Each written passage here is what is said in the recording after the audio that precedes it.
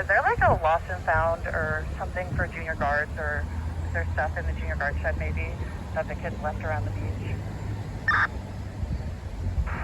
That's very possible. I think they have a lost and found, but it would be a more specific question for Joe or Sarah. Yeah, I radioed to Joe.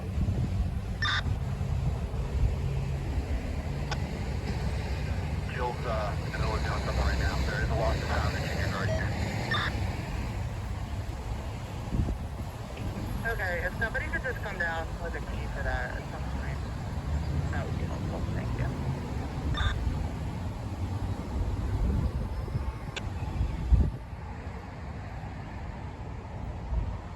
You're just gonna have to wait a minute. We're gonna have to find the key. I believe Sarah's got the key.